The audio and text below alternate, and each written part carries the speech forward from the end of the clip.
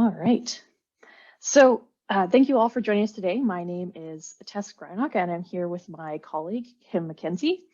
And we are your research data and scholarly communications librarians at UMass Medical School. And after today's workshop, we hope that you'll be able to identify and describe traditional metrics and altmetrics and be able to discuss the differences between them, as well as explore tools to measure the both traditional metrics and altmetrics, and devise strategies to increase your research impact. And why are we bringing you this session today? Metrics are important. They are how we measure our influence in our communities. They're how we are evaluated and how we evaluate others. So ensuring that we collect relevant measures of our impact is important. So impact factor, H-index, citation counts, source normalized impact per paper, or SNP, and CIMAGO journal rank are what we consider traditional research metrics that are based on the number of papers and citations a journal or author receives. These have long been the benchmarks for success in academia, but research impact is more than citations and citation-based metrics. We are seeing that traditional metrics provide an incomplete picture of impact, and altmetrics such as downloads, tweets, and mentions are filling in the gaps left by traditional metrics, along with recognition of other research products such as data sets, software, and supervision. So we're going to start with going over some of the traditional or citation-based metrics. So which of these metrics have you heard of before? And Kim's going to just pop up a short poll there.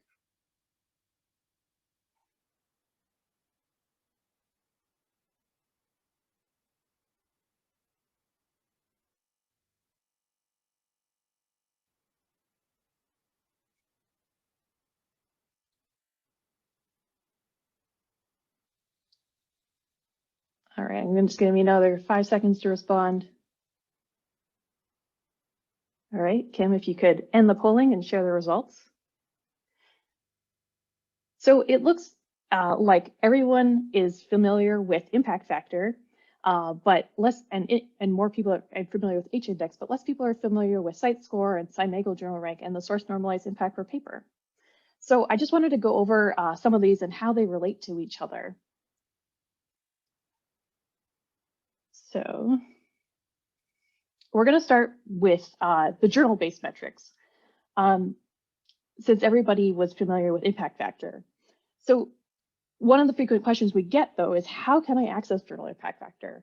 And since we do not currently subscribe to Web of Science, we don't have access to impact factor metrics. But Scopus has a comparable metric called site score, which is a good alternative. And this is one of the downsides of impact factor and site score is that they're both proprietary metrics. Of the journal-based metrics, impact factor is the easiest to explain because they divide the number of citations a journal receives for a certain set of years and divides it by the number of papers it published in those years. And the main difference between impact factor and site score is that while impact factor looks at the previous 2 years, site score looks at the previous 3 years.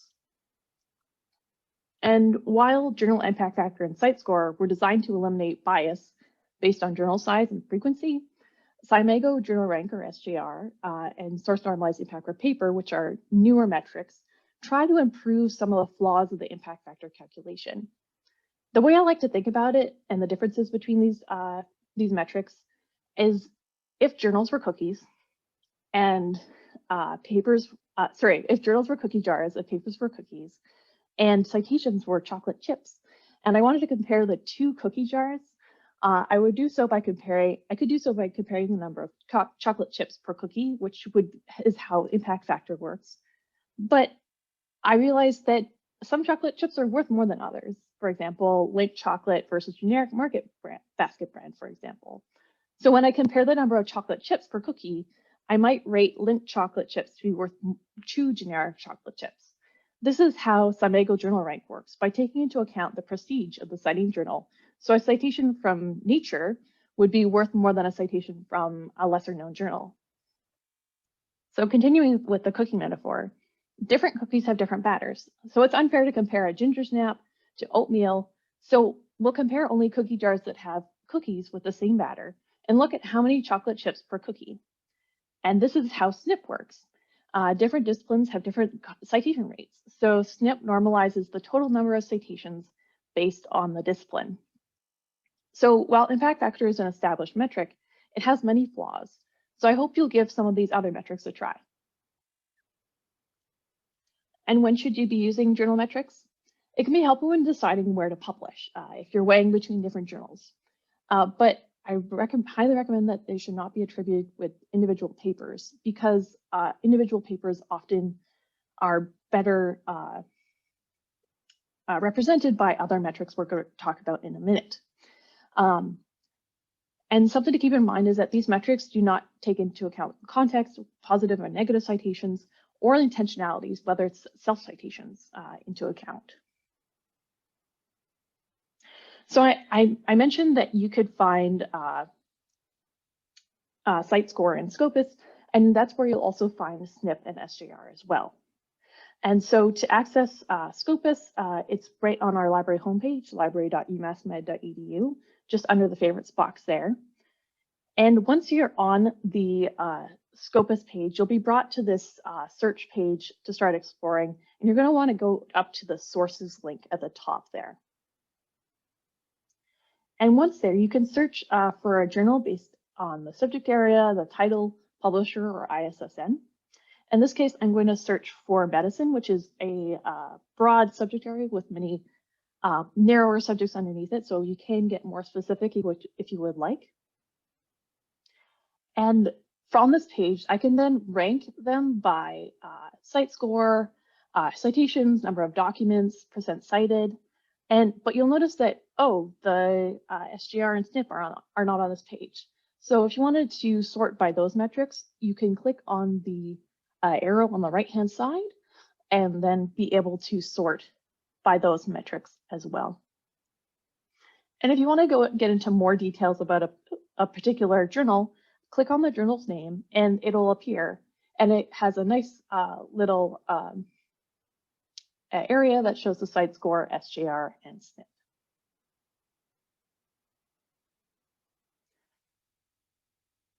So that is journal metrics in a bundle. But what about individual metrics? So when it comes to research metrics for an individual researcher, one of the first metrics that is usually brought up is the H-index, as it's often included in tenure packages, society fellowship applications, and other career thresholds.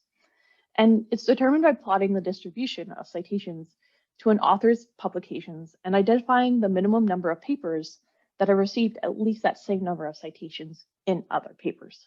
So a scholar with an index of 23 has published 23 papers, each of which has been cited at least 23 times. They may have published more papers. In this example on the right, the author has published 125 papers and has had a paper that has been cited, looks like maybe 125, 126 times. But the H-index is insensitive to the outliers, both in terms of high number of publications as well as highly cited and poorly cited papers. And it can be found in Scopus and Google Scholars. So when should you use the H-index? So it's often called for at those career thresholds that I mentioned earlier, tenure packages, etc. For those obvious reasons, you provide it when asked for it, but it should only be used when benchmarking researchers at similar stages in their careers in similar fields. So tests, why not use this great metric more often? So one of the reasons is that it does not compare across disciplines and it does not consider context or career. So it doesn't take into account if a researcher had to take time off in their career for family or other reasons.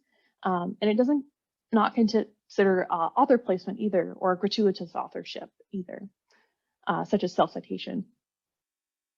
It also is subject to limitations of the tool being used to calculate the H-index. So one of the tools that you can get H-index from is from Scopus. So to find H-index in Scopus, go back to that search page, and you can do that by clicking on the search at the top of the page, and then go to the authors tab. And there you can put in the author's first and last name. In this case, I'm going to search for Roger Davis. And there are 61 different Roger Davises, but luckily Roger Davis at UMass is at the top. These author records are automatically generated by Scopus based on the article information available to the computer algorithm.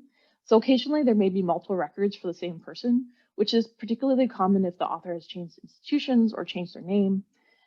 If I'm describing your situation, if you look yourself up and you're finding multiple records for yourself, you can request to merge the records by creating an Elsevier account and using the request to merge authors link, which is in the besides the selections, the show documents and request to merge authors here. If you would like, our team is also happy to do this for you as well. So to get to an author's record page, as in for journals, you would click on the author's name. You're also seeing already that the H-index is showing up in the search results already. So that's a nice way just to get to browse. But if you would like some more details or just want to confirm that this is the correct author that you're searching for, clicking on their author page will give you more details in terms of their list of documents.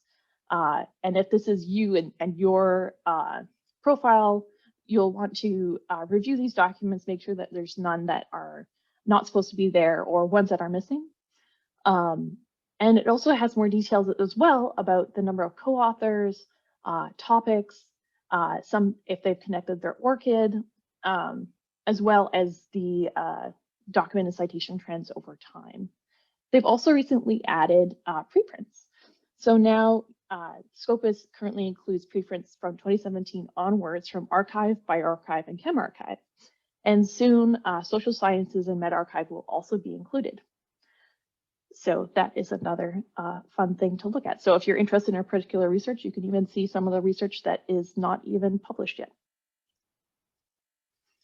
So the only metric in Scopus that we haven't talked about yet is the field-weighted citation impact, which is an article-level metric which normalizes the citation count based on the year of publication, document type, and scientific field associated with the article. If a paper has a field-weighted citation larger than 1, the paper is getting more citations than other similar papers. So it's an easy way to distinguish, is this paper doing well in its field for that paper type, for that document type. And so this is a great indicator to be used in place of, instead of using the journal impact factor next to your paper, put the field-weighted citation. So we've talked about all the fancy traditional research metrics for journals and authors, but don't forget there's always the good old number of publications and citation counts. Sometimes it's better to use because they're less complicated. And but something to remember is that they're always based on the database that they are coming from. So it's important to state the database that you collect those citations. And it's important if you're going to be comparing to researchers to normalize for the field as well. So as I mentioned earlier, the field-weighted citation impact may be more meaningful. So as I mentioned, it really depends on which database that you're getting these numbers from. So, and that Google Scholar has H-index as well. So I put together a short activity. If you can, Kim is going to paste the form link in the chat there. Awesome. And just so that you can see what the difference is between Google Scholar and Scopus. And so if you can complete that, the short activity, and we'll come back and discuss the results.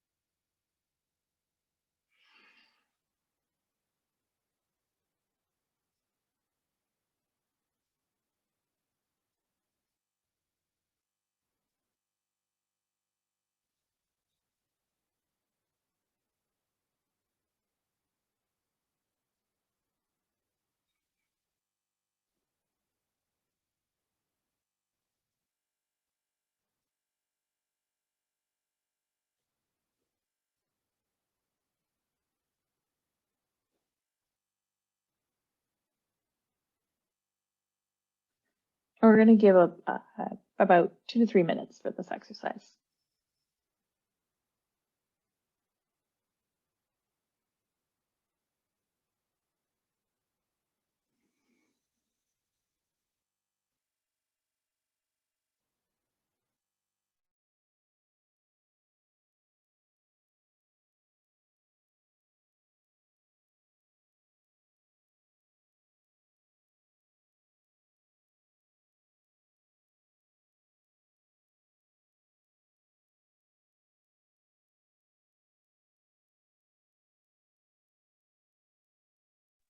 And if you have any questions about the content we've covered so far, or at any point in the presentation, feel free to put your questions in the chat.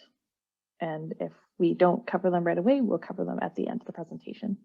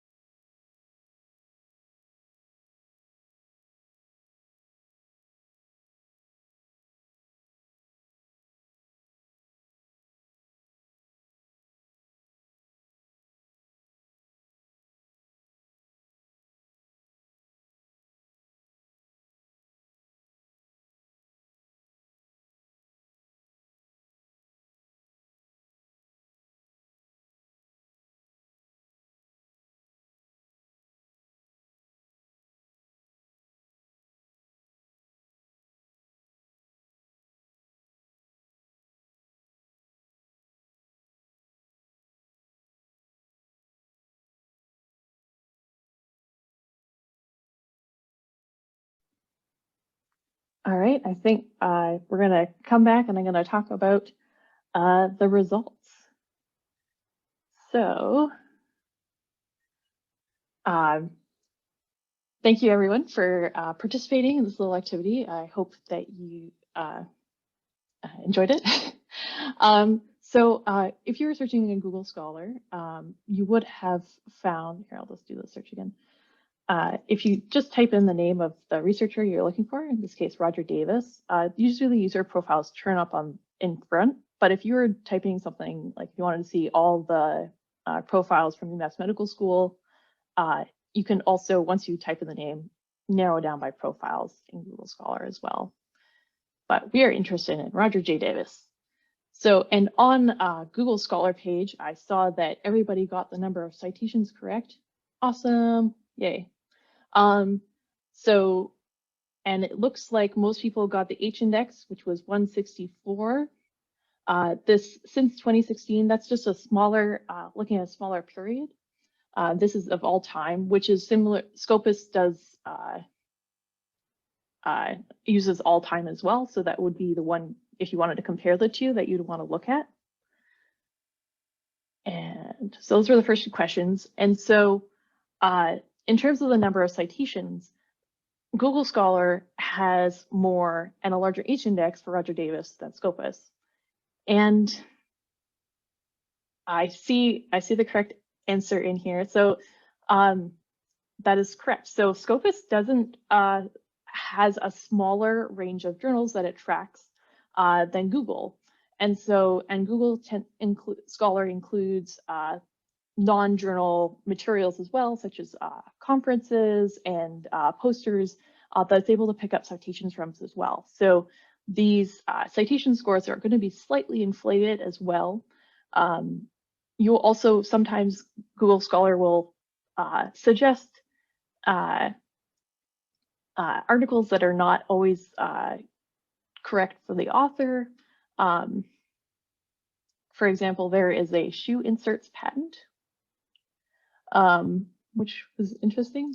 I'm not sure, but something to be wary of with both Google Scholar and with Scopus. That's something to be aware of, is that it's really up to the researcher to be monitoring to make sure that these profiles are accurate. So if it doesn't look like the profile, it's being kept up to date, then you might not want to trust it as much.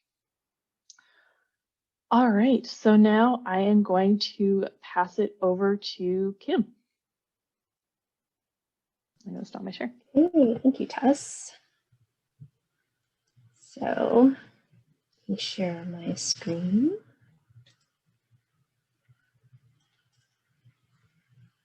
And are you seeing the Altmetric slides?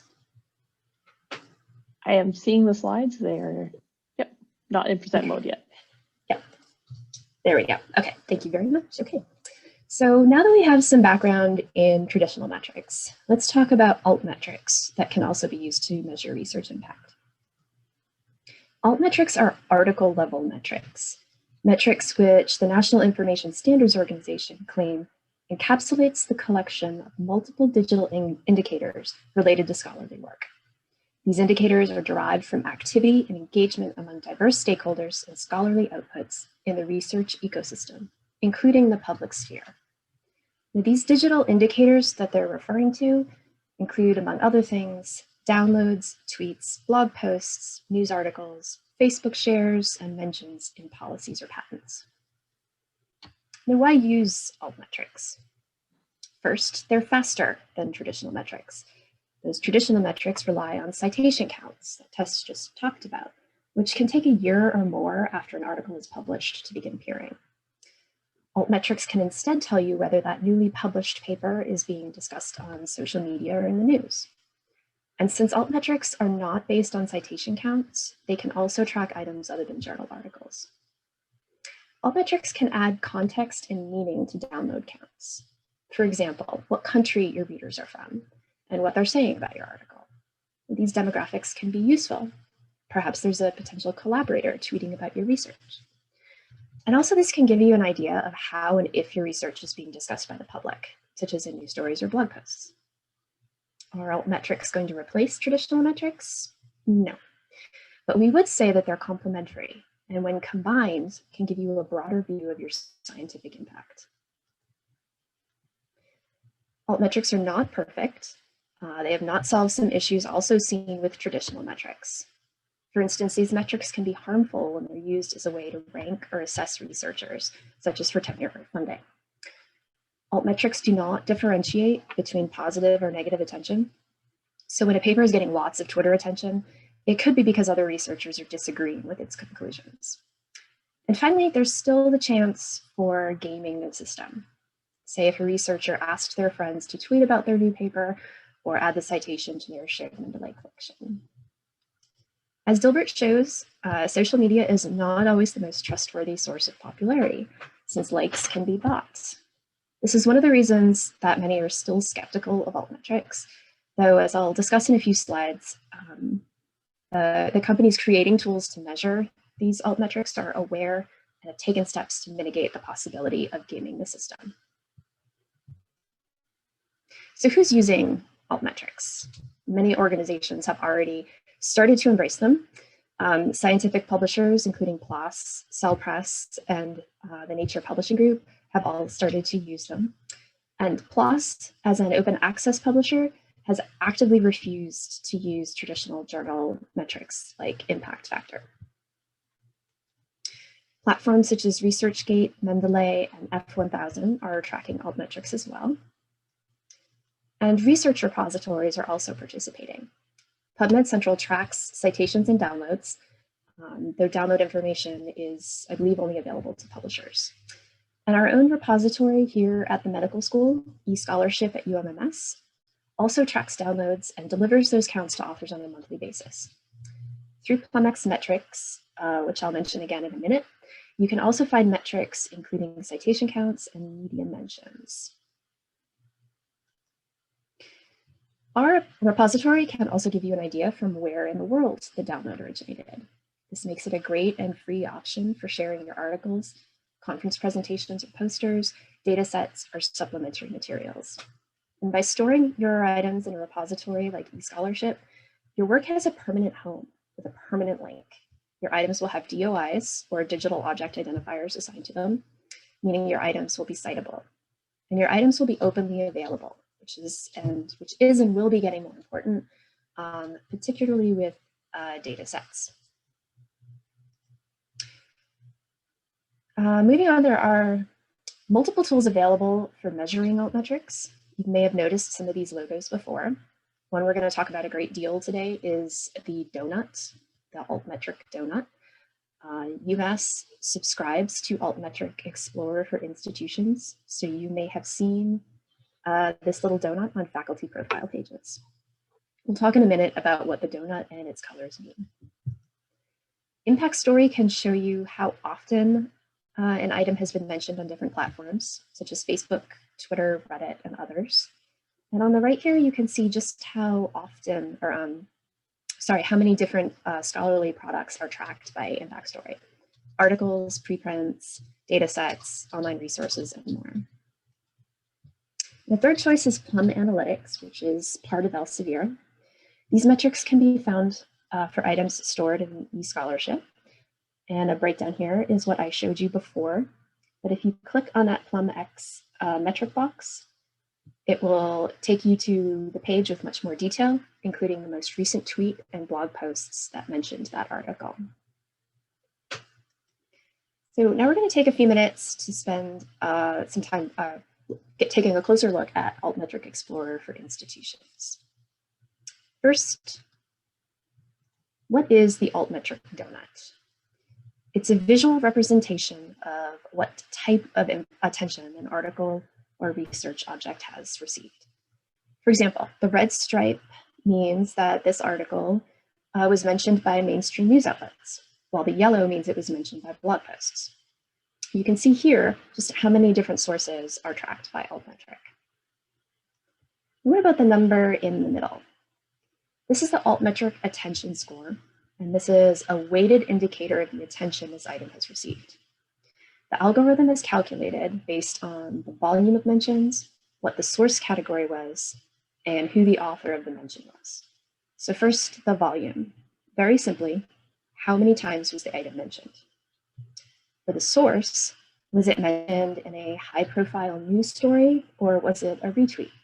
Different categories carry different weights for the final score. And finally, the author. Was the mention from the publisher of the item, or perhaps another influential academic wanting to discuss the work? So the number is just not a raw total of number of mentions, but rather a weighted approximation of the attention given an item. And I had mentioned gaming the system earlier, and this is how Altmetric Explorer is trying to mitigate that. They focus only on auditable sources, such as public tweets or Facebook posts. You'll always be able to track back and see the mention and in what spirit the item was mentioned. They analyze social media data for promiscuity, bias, and reach. So promiscuity refers to how often a source is mentioning research. It's an indicator of whether it's someone with a legitimate interest or just a thought.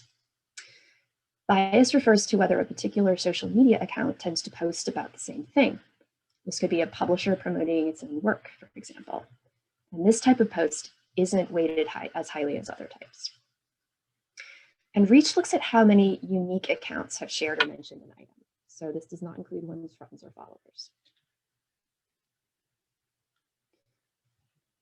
Excuse me. Let's take a look at how you could use Altmetric Explorer for institutions. Since it's available through a subscription, you should access it through the library website. Choose all databases here under favorites. And our all databases, our list is alphabetical, so you can find it under A, or you can look at this all subjects drop-down menu here and choose research impact, where we have included a few different sources for looking at research impact. Now, when you open Altmetric Explorer, it will open up to the main page for the entire research outputs from UMass Medical School, which can be very interesting to look through for the whole school.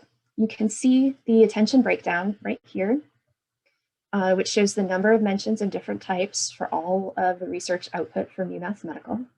Here we're seeing, so this is just the top of this page. You can see the top outputs or the papers with the highest Altmetric scores. This is a slightly old screenshot. If I had redone this morning, this would look different. Also, you see here at the very top who has mentioned our outputs most. You can click through here at the toolbar at the top to see research outputs, demographics, mentions, a timeline of these mentions, and more than we can even talk about today in this class. Now, while it can be really interesting to look at UMass Medical as a whole, more often than not, you're going to want to be looking at outputs for yourself or another person. And to do that, you're going to want to use this edit search feature at the top. So on this advanced search page, you can search by an author's name or an entire department here at UMass. But you can also search if you wanted to by journal. If you had an article title, you could put that over here.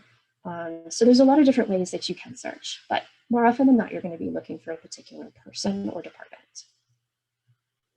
And one thing to notice is the fact that this says verified author. So verified authors at this institution are faculty members. So this is where you would put in the name of the faculty member if you wanted to find out their altmetric data. But if you are a student or a postdoc and you want to search for yourself, you will put your name into the keyword box over here. The second important thing to note here on the search page is that by default, it is searching only at UMass Medical. If you want to search outside of this community, you need to tell it by checking this box here to search the full Altmetric database. And that way you can search outside of UMass Medical. Now there's a lot in Altmetric Explorer for institutions. Like I said, more than I can show you during this class. So I'm just going to point out a few highlights. So for example, I did a search here for Dr. Finberg. And this main page looks very similar to what I showed you for UMass Med as a whole. If you scroll down on this main page, you will come to the latest news highlights. So this is where something in one of his works is being mentioned in the mainstream news media. Where is it being mentioned on Twitter? Excuse me. So as you can see, he had a very popular paper this year. The Research Outputs tab shows the Altmetric scores associated with each of Dr. Finberg's articles. If you look over at the timeline, you can see a visual representation of when items have been mentioned. This is an example of the past year for Dr. Finberg. But it also gives you a nice output or breakdown, of where those mentions have been coming from. So this gives you also an idea of the number of different places that Altmetric is pulling information from. Do you want to know whether your work is being discussed in Switzerland? You can find that looking at the demographic page. So this is showing a map of where tweets are coming from. But if you choose each of these different demographic choices, you will get a different map. So if these are policy mentions, where those are coming from. And the last thing I'm going to mention about using Altmetric Explorer is this Save Search feature. So this button has shown up on every page that I have shown you so far. And once you have set up a free account with Altmetric Explorer, you can save the searches that you're doing. And then you can decide whether and how often you get an email showing the updated information from that search. Okay, so let's take a quick break from this lecturing. I'm going to give you a chance to try Altmetric Explorer. So again, you need to go to the library webpage in order to get to it. And you'll have to choose Edit Search at the top of the page. So search for yourself, or if you're a student, you could search for your advisor. Let us know in the chat if you find anything interesting or surprising, and feel free to ask questions in the chat also if you're having trouble. We'll do this for maybe four minutes or so.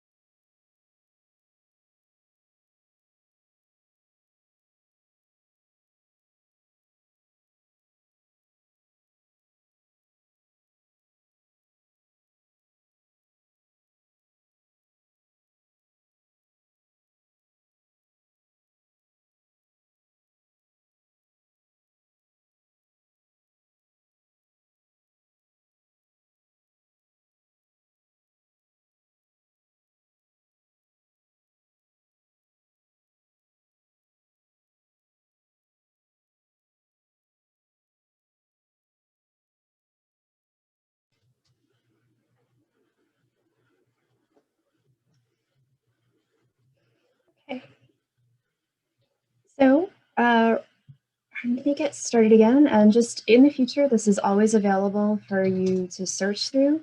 Again, if you are on the library website, which is where we recommend go to, since this is a subscription-based database for you to search through. From this main library page, you choose all databases, which takes you to our A to Z list of databases, and then Altmetric Explorer for institutions is listed there.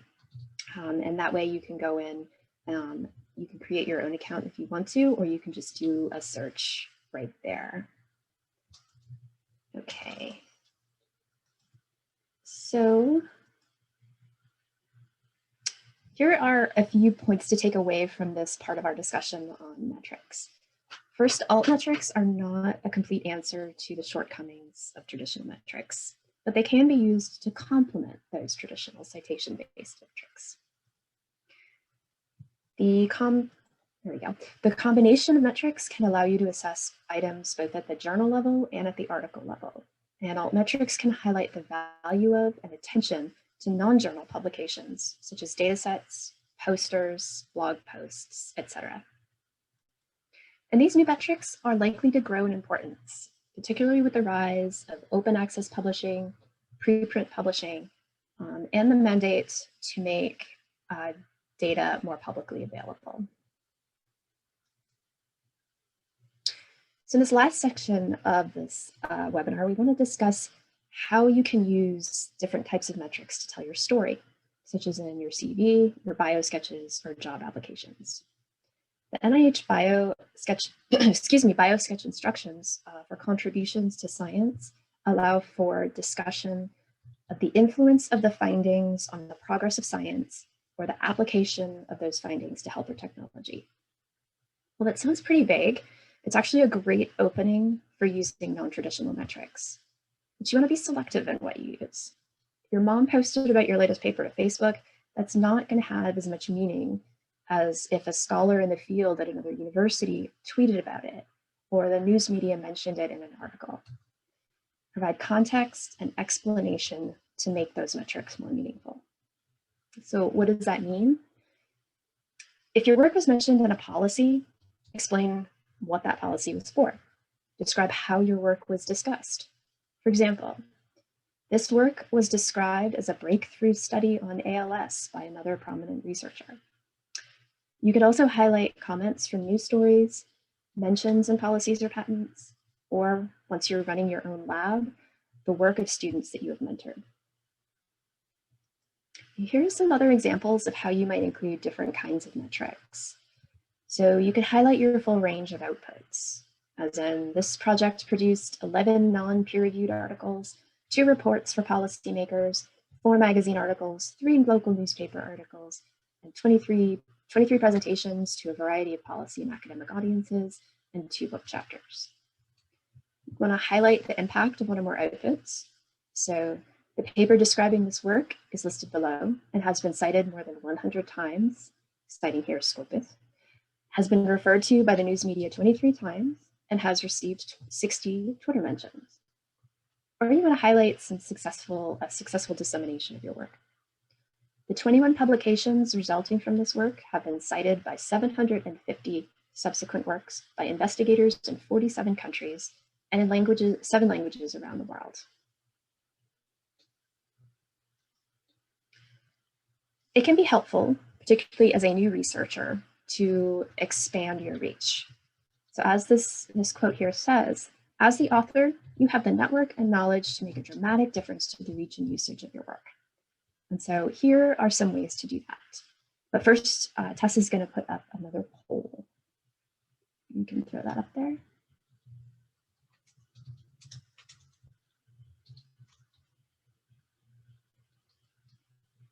Great. Do you have an orchid?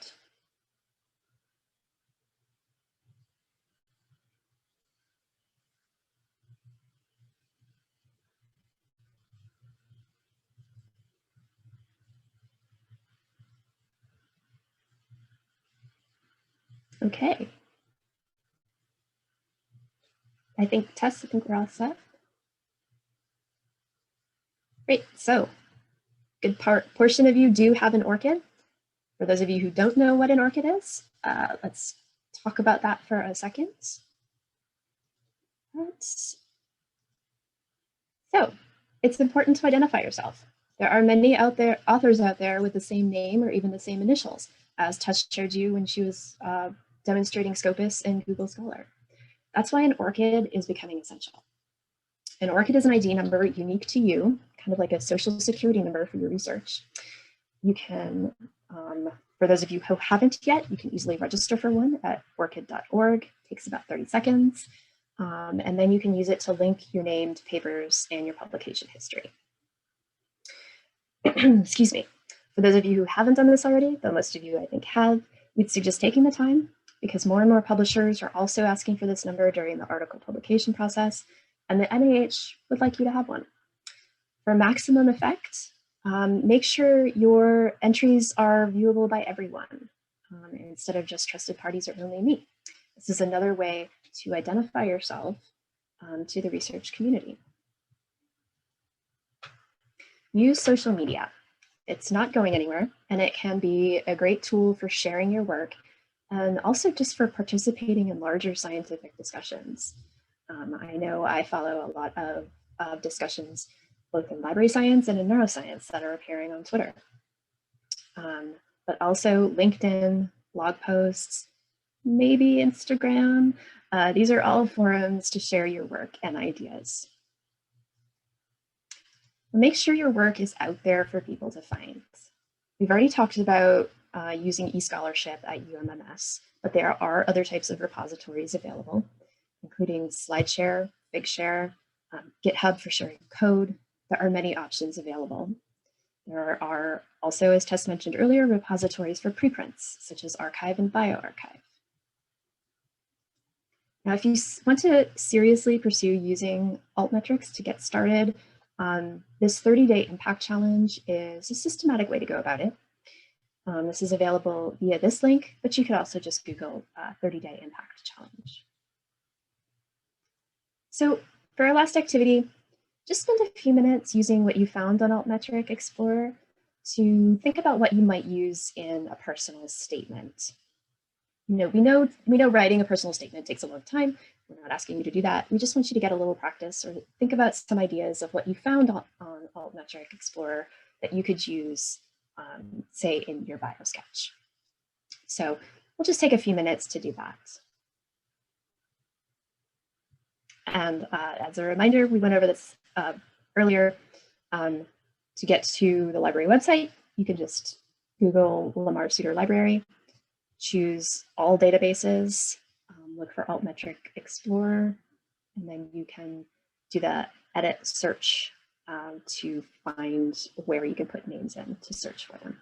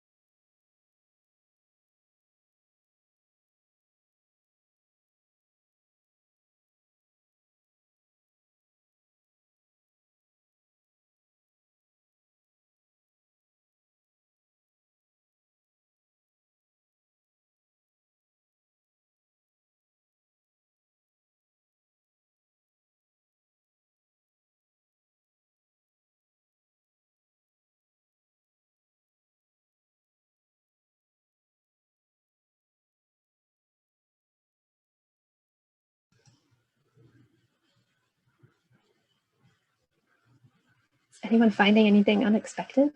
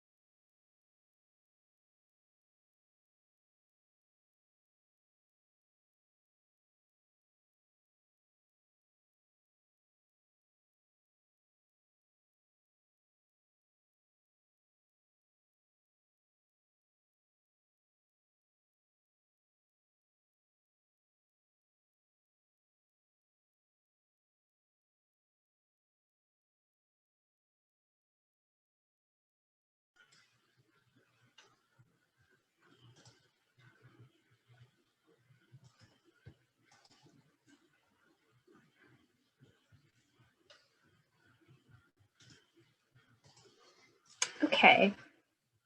I know that wasn't a lot of time, but again, we just wanted to give you a chance to kind of get started and to think about these types of metrics. And we'd like to thank you all for participating today. Again, we are Tess Gronock and Kim McKenzie, your friendly neighborhood data and scholarly communications librarians, and we're here to help you and answer any questions that may have come up about today's talk, or if you want to meet with us to work on this, we are happy to do that. You can learn more about research impact at our research guide, which is this image here, and it is linked here. And we'd be very appreciative if you could fill out a feedback form, which Tess has put the link in the chat. Now, are there any questions that anyone would like to ask us right now? Either in the chat or just go ahead and unmute yourself.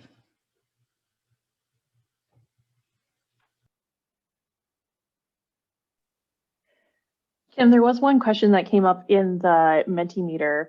The question asked, what do articles which didn't get many, what do you do with articles that didn't get many citations and are decreasing the H-index?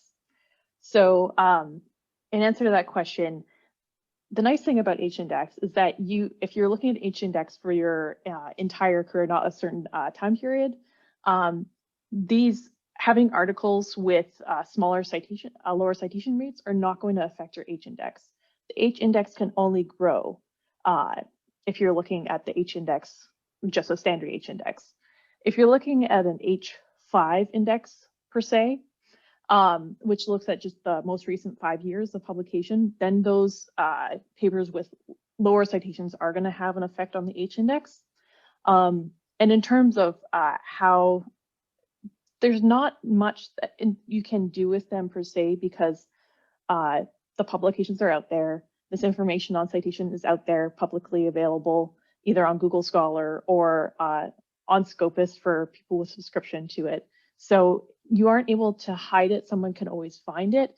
So I would recommend going with some of those dissemination and sort of marketing strategies that we talked about, Kim mentioned at the end of the presentation. So getting it out there on other repositories, getting a blog post up, putting it your research in plain language, and tweeting about it, especially tweeting about it to communities that would be interested in it, and presenting it to those in those forums will help boost up those citations as well. And it also realize that it takes a while for those citations to come about as well. So don't worry. Yeah, I mentioned 1 year for citations, but it's usually at least 2 years or so before citations really get published by other papers.